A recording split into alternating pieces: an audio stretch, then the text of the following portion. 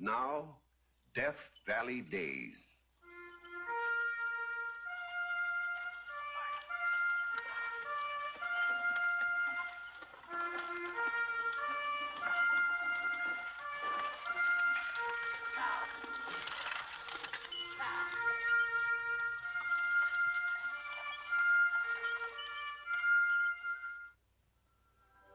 Howdy, folks. I'm the old ranger, and I have another interesting true story for you about the historic Death Valley country. Our story tonight is dedicated to the mail carriers of the United States, in memory of one of the most remarkable and heroic men who ever performed this service, Snowshoe Thompson. It is a December night in 1855. In the general store of Placerville, a gold camp on the slopes of the snow-covered Sierras, Jim Singleton, the storekeeper, is just announcing the engagement of his niece Agnes to a young Norwegian-born rancher, John Thompson. For the future, Mr. and Mrs. Thompson. A long life and a happy one. Hey, Fred Daniels. Mr. Mining Recorder, glasses up. Just because the best man won, You keep out of this.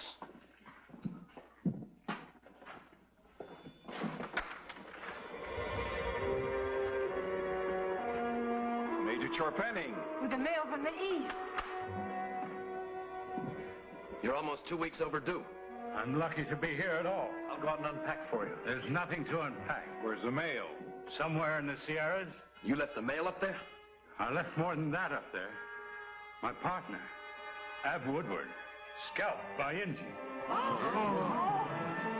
Last time I ever tried to cross those mountains in winter, snow 30 to 40 feet deep and cold. Our pack animals all froze. Here. This is my last run. What about your contract with the government? They can't hold me to it. The job's impossible. It pays good money, $1,200 a trip. With your choice of freezing to death, or being scalped, or being caught by an avalanche. Nope, I'm all finished.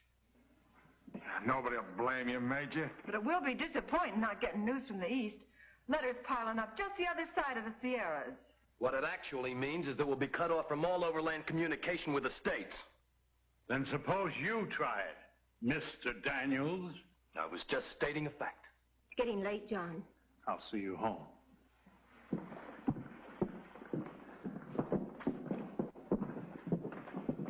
When do you two plan to be married?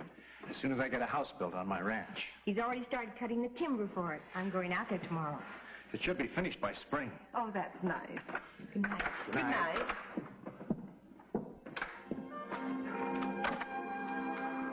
I have a cherry bureau which belonged to my mother, and a platform rocker, and a lovely walnut sideboard that came all the way around the horn.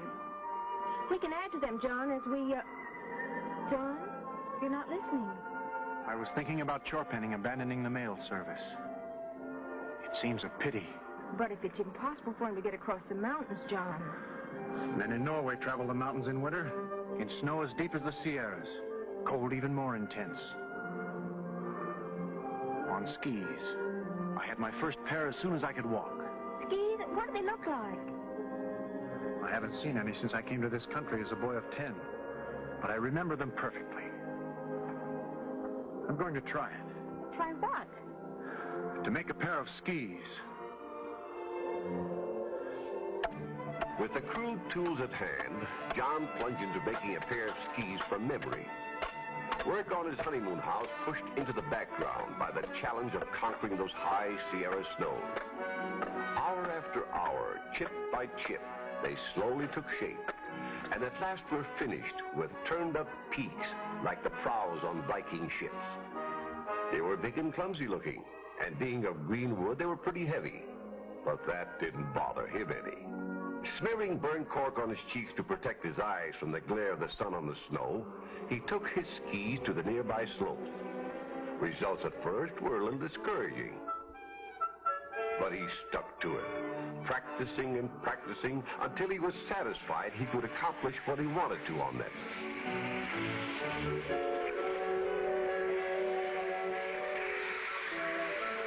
Then, You're proposing to cross the Sierras on them things? Yeah. Alone? Yeah. The mail on your back? John, it's suicide. You'll never make it. Let him try since he's so all-fired sure. There's nothing to be afraid of, darling. Nothing. Blizzards and avalanches. You forget. My ancestors were Vikings. You can get lost. The trails will be buried out of sight. I'll have the rocks and trees to guide me by day and the stars by night.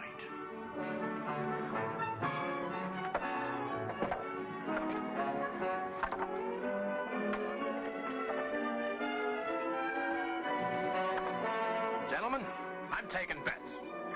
On what day in spring the body will be found. Step right up and... Stop it, Fred.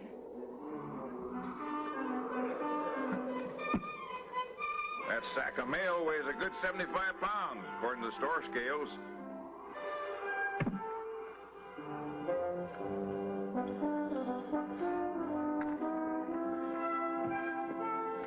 That'll save some weight.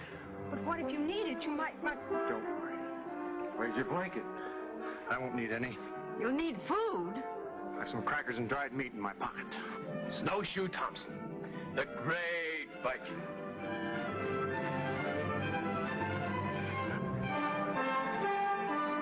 Well, goodbye.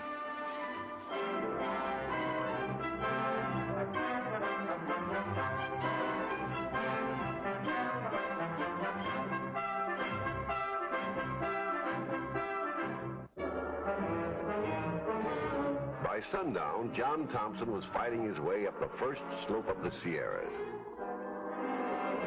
All night he climbed, and all the next day.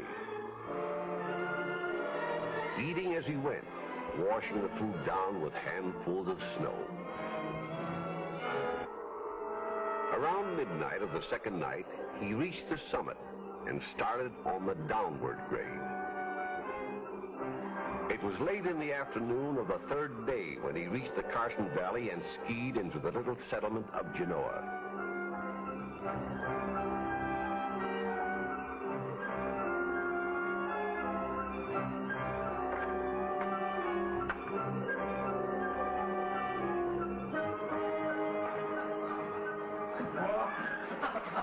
Anyone tell me where I can find the postmaster?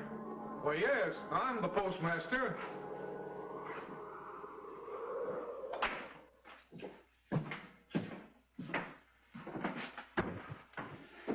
Hey, is that mail you have on your back?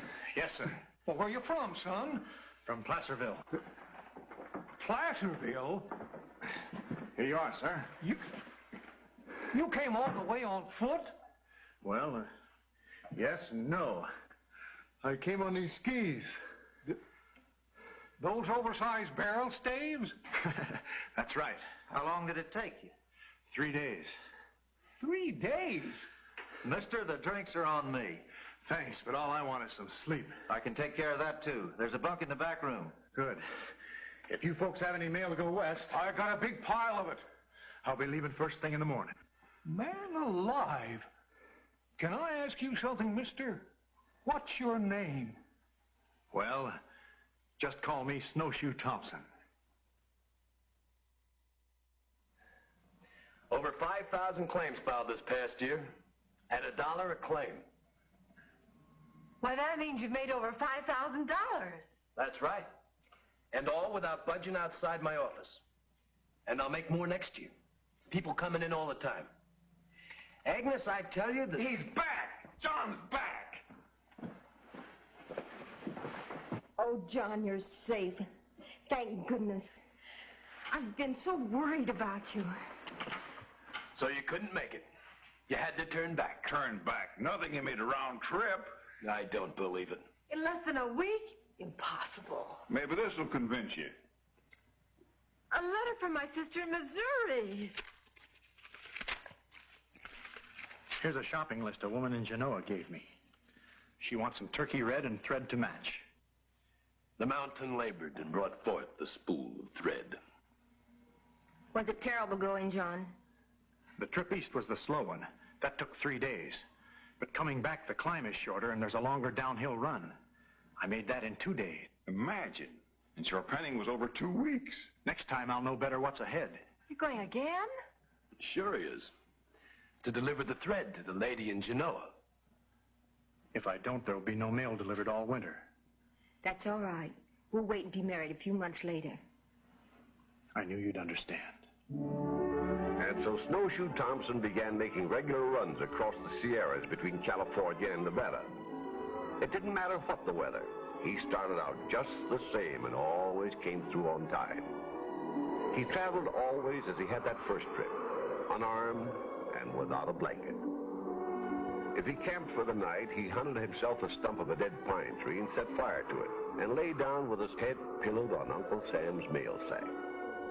The sacks he carried sometimes weighed as much as 90 pounds, a load that would have broken the backs of most men climbing up those heights. It wasn't all mail either. Folks asked him to do errands for them. Once he even carried a small printing press across the Sierras for the Genoa newspaper. When spring came and the snows melted, there was no longer need of Snowshoe Thompson. Others with pack animals could carry the mail. I'm so proud of you, John. Job you've done. Now we can be married. I mean, as soon as the house is built on the ranch. What's the matter, John? You haven't changed your mind. Oh, no, Agnes. I love you more than ever. It's just that I haven't any money. Not a cent. But what about your pay for carrying the mail? I haven't collected any. The fact is, I clean forgot to make a deal or ask for a contract. Oh, John. I'll make up for it this summer. Mr. Colwell, a friend of mine in the Sacramento Valley, has offered me a job on his ranch. I'll save every penny I earn, and then in the fall we'll build our house. Will that be all right with you? It'll have to be, I guess. Yes, of course, John. But when fall came, a group of citizens from Placerville called upon Thompson at his ranch. You're the only man the country can do it, Snowshoe. And if you don't, it means being without mail all winter, except what comes a long way around by ship. Not just us in Placerville, but the folks know all the gold camps. That stretch across the Sierra is the one missing link in the overland mail. Snow's getting deep up there already. Then you'll do it? There's only one thing. I just can't afford to do it for nothing like I did last winter. No reason why you should. All you've got to do is tell the postal supervisor in San Francisco. He'll see that you're taken care of. Good. That's all I wanted to know. Thompson didn't get around to writing the supervisor until the winter was half over. He was so busy making his weekly trips over the mountains. And when he finally got an answer towards spring... It seems Chorpenning still holds the government contract to carry mail between Salt Lake and the coast. Only now he's carrying it on the southern route, looping down by way of San Bernardino to San Diego. But that doesn't go anywhere near Carson Valley. But it is mail service to the coast. They can't very well give the contract to two parties. So you spent another winter without pay. I guess I'll have to hire myself out to Colwell again. And we'll have to postpone our wedding for another year.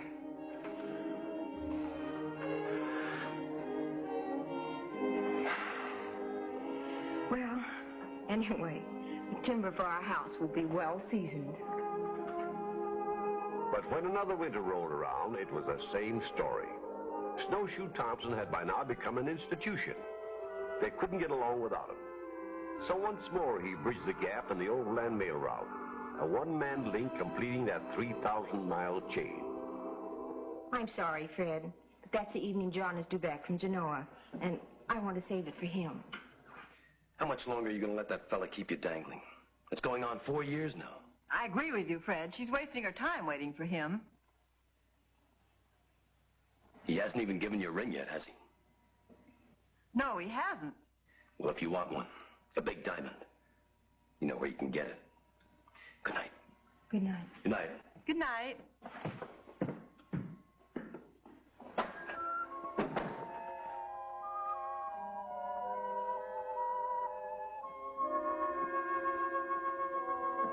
Agnes, you're a fool. Here's one of the best-fixed young men in Placerville anxious to marry you. Please, Aunt Lizzie. And you stay engaged to that John Thompson. I love love him. I grant you he can ski, but as a husband and a provider, all he's got is a mortgaged ranch with no house on it. Give him time. Time? Agnes, a girl can't wait forever. I'll talk with him. The very minute he gets back from Genoa. Yes, Aunt Lizzie, the very minute he gets back. With another round trip to Genoa almost over, John skied steadily toward Placerville and Agnes, his personal problems far outweighing the mail sack on his back. They're right. It isn't fair to keep you waiting like this.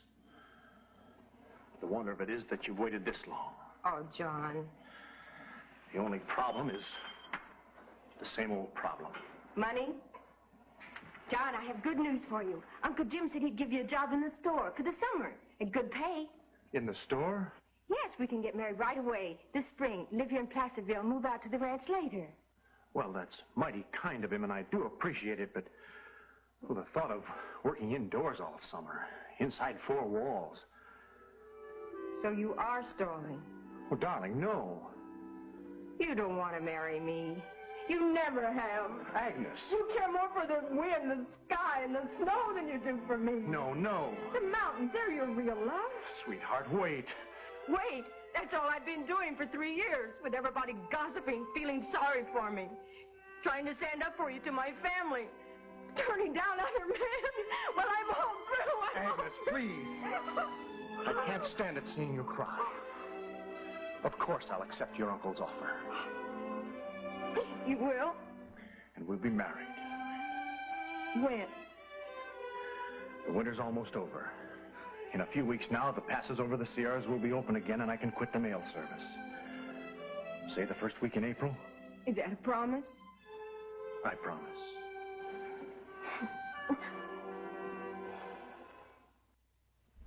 Well, as luck would have it, spring was late in coming that year, and the snows which should have begun to disappear on the mountains showed no signs of melting.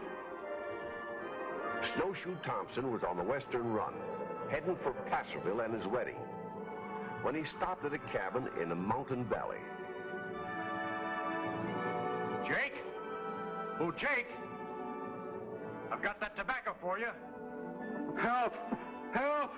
Help! Help! Help! Help! Help! Thank God. I prayed you'd come. What's wrong? Legs. Frozen. I've been laying here for 12 days. Living on raw flour. No matches to light a fire with. I made up my mind to wait one more day. And then I... You won't need it, my friend. I'll build a fire and cook you some grub. Then I'll ski down to Genoa, fetch a sled that we can move you on. Down to a doctor. Leaving the miner as comfortable as possible under the circumstances, John headed for Genoa. You're sure you won't wait until daylight? I gotta get that poor fella down here. Look for us day after tomorrow. That'll be Tuesday. Yes. Doc, you'll be on hand because he's in bad shape. I'll be here.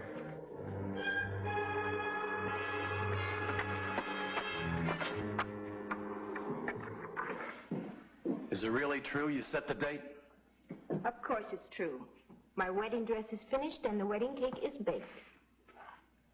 I'll believe it when I see a ring on your finger. Then come to the house this Thursday evening. The ceremony is at 8 o'clock.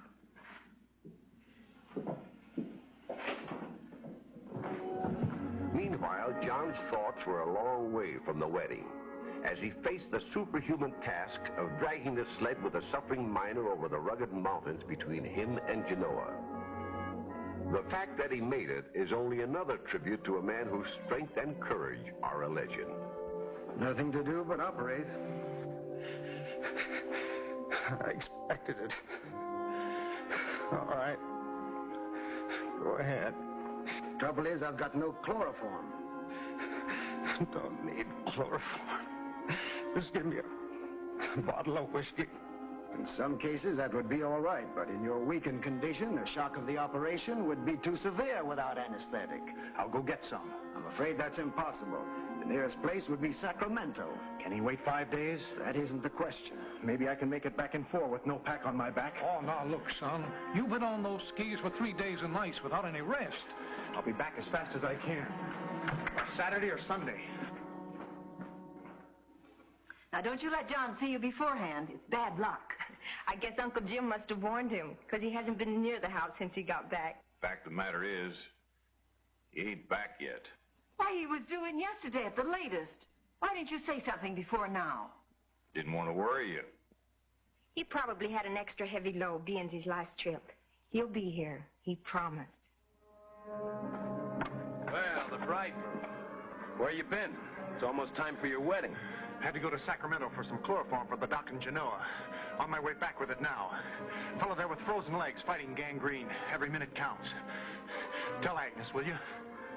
Sure.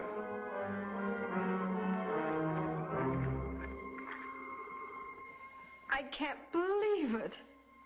Here in Placerville and not letting me know. Leaving town an hour before his wedding. I saw him. Talked with him. And he gave no reason? Too much of a hurry to get away. That don't sound like John. Whoa! It's the Grimeses. They always get places early. I'll tell him Agnes has been took sick. The wedding has been postponed. No. Tell them the wedding has been called off for good. Agnes!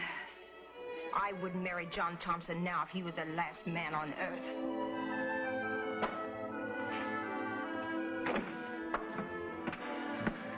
Here's the chloroform, Doctor. God bless you, Snowshoe. I don't know of any other fella that would have done it. No other fella could have done it. You get some rest now, or I'll have 2 patients on my hands. I've got to get back to Placerville. What if the mail is late for once? It's not this mail I'm worried about, Doctor. It's this mail. I was supposed to be married 2 days ago. If you ask me, he's got another girl in Genoa. Please. I don't even want to talk about him. And let's talk about us. I love you, Agnes. Have for a long time. I can give you everything you want. Make up to you for all the... Agnes!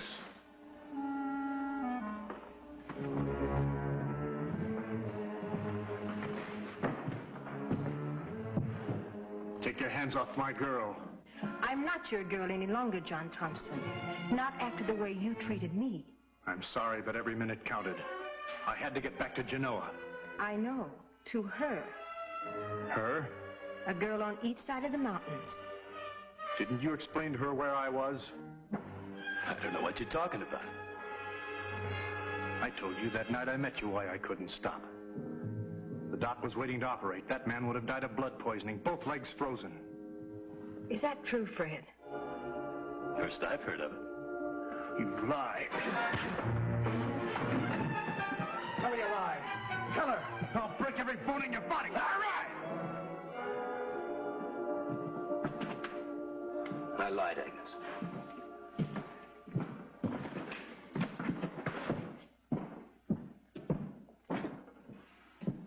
I'm so ashamed, John. To think I could have ever doubted you. Will you forgive me?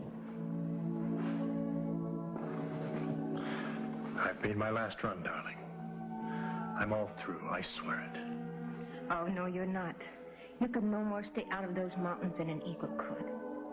It's your world. You belong there. I belong with you.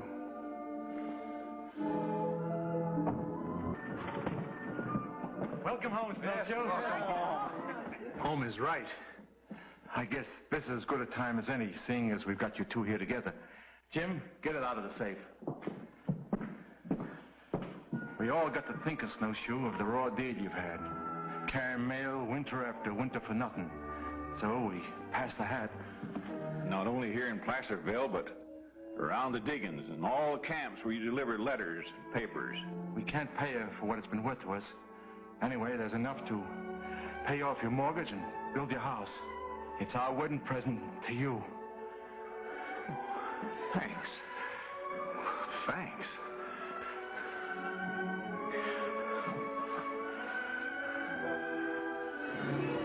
Snowshoe Thompson carried the mails over the Sierras for 20 winters.